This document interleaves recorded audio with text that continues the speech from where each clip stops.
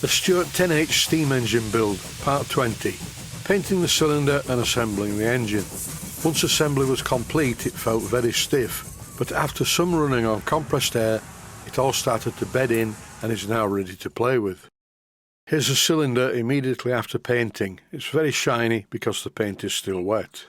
The colour of paint in my videos varies because if I film in the day, my workshop has natural light, and in the evening it doesn't. Assembly begins by bolting the sole plate down onto the box bed, and that's what I'm doing here. I didn't use washers because full-size engines don't use them, and they join bits of metal together just using nuts and bolts. Here I'm fitting the dummy studs that hold the main bearings in place. Usual warning, do not over-tighten the bolts because you will shear them off. As I assemble the engine, I'm applying plenty of oil to all of the moving parts, but before I lubricate the crosshead, I need to use some Loctite 243 thread locker to hold the gudgeon pin in position because it worked loose previously. I extract the gudgeon pin using a small pair of pliers and apply some Loctite 542 to the thread before screwing it tightly back in place, once again not too tight. For the running in period, because for some reason the engine feels tighter now than it did the last time I assembled it, I'm using plenty of oil on all the moving parts, and now it's freeing up a little bit. In this part of the clip, using an Allen key, I'm tightening the Allen groove screw onto the crankshaft to hold the flywheel in position. Please note that I have left some play in the crankshaft between the washer on the flywheel and the eccentric sheave. The next part of the job is to fit the piston to the crosshead. This actually worked loose after our test ran it last time, so we'll tighten the piston into the crosshead a little more firmly. I'm lubricating the piston rod because the gland is now set to optimum.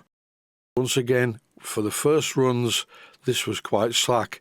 Now it's nipped up and creates a perfect seal. In this clip, I'm tightening the piston using a pair of circlip pliers. It's now very tight, so I don't think it's going to work loose.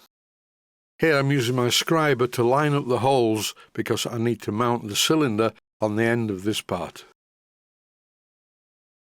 I've added the steam chest to this clip, although I won't be fitting this until nearly the last job. I made some new gaskets because the last ones weren't so good. The gaskets weren't up to my usual standard on that day. Over now to my Myford lathe for a bit of an interlude. I'm machining the ends of the tubes that fit into the inlet and exhaust fittings on the engine. I'm only showing me working on one of them because the job was exactly the same for both of them. It's time now to bolt the cylinder onto the end of the sole plate. Previously I only did this by using 2 nuts at the top, but now I have to use 4. And it's really difficult to get the bottom nuts into the right place. I had several attempts, quite a few more than you're seeing here, and eventually by using a magnetic screwdriver that I magnetised myself, I almost get the nut into the right position, and with the help of a spanner to square it up so I didn't cross-thread it, it was finally successful. I have to admit that this was the fiddliest job on the entire engine. Tightening the 2 top nuts is not an issue, you can just use a socket for that. Often people ask me, which engine do you recommend for a beginner? Well, I don't recommend one of these, or any of the Stuart No. 10 series. They are not easy to build at all. I recommend a Victoria, which is a much bigger engine and believe me, far easier to make than this. I have a Stuart Victoria that I show step-by-step instructions how to build. Although I haven't yet finished the series, I got a bit fed up with it. It's a very comprehensive series and I will finish it very shortly. And by the way, it's not going to be public on YouTube, it's for my patrons only.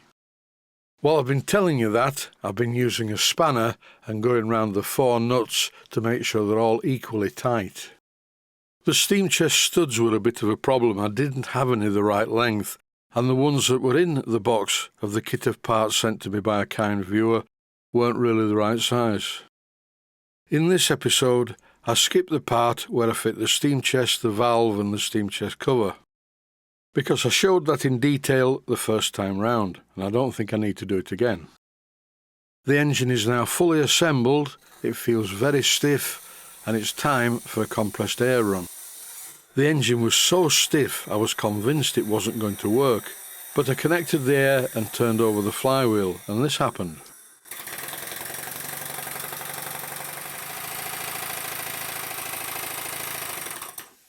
It's running and it's still stiff. It will need quite a lot of running to run it in again. Why is this? Because it was running okay when I loosely assembled it. The answer is in the question. I loosely assembled it. Now it is not loosely assembled. Everything is very secure.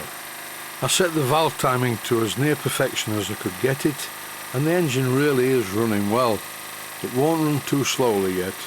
This is a bit of a strange video anomaly. It's moving around. It's just a vibration thing.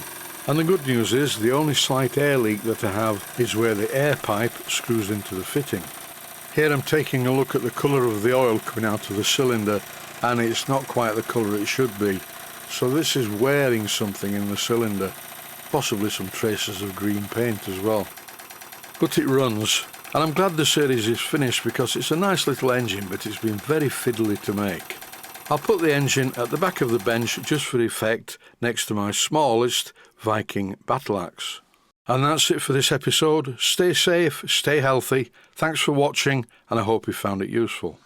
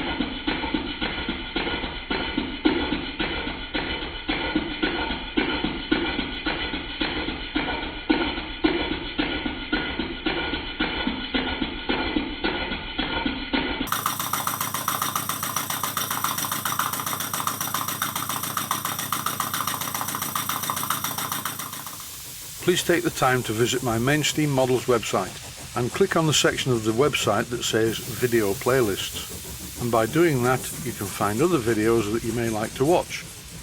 And by using the playlists, you can actually watch the videos back to back.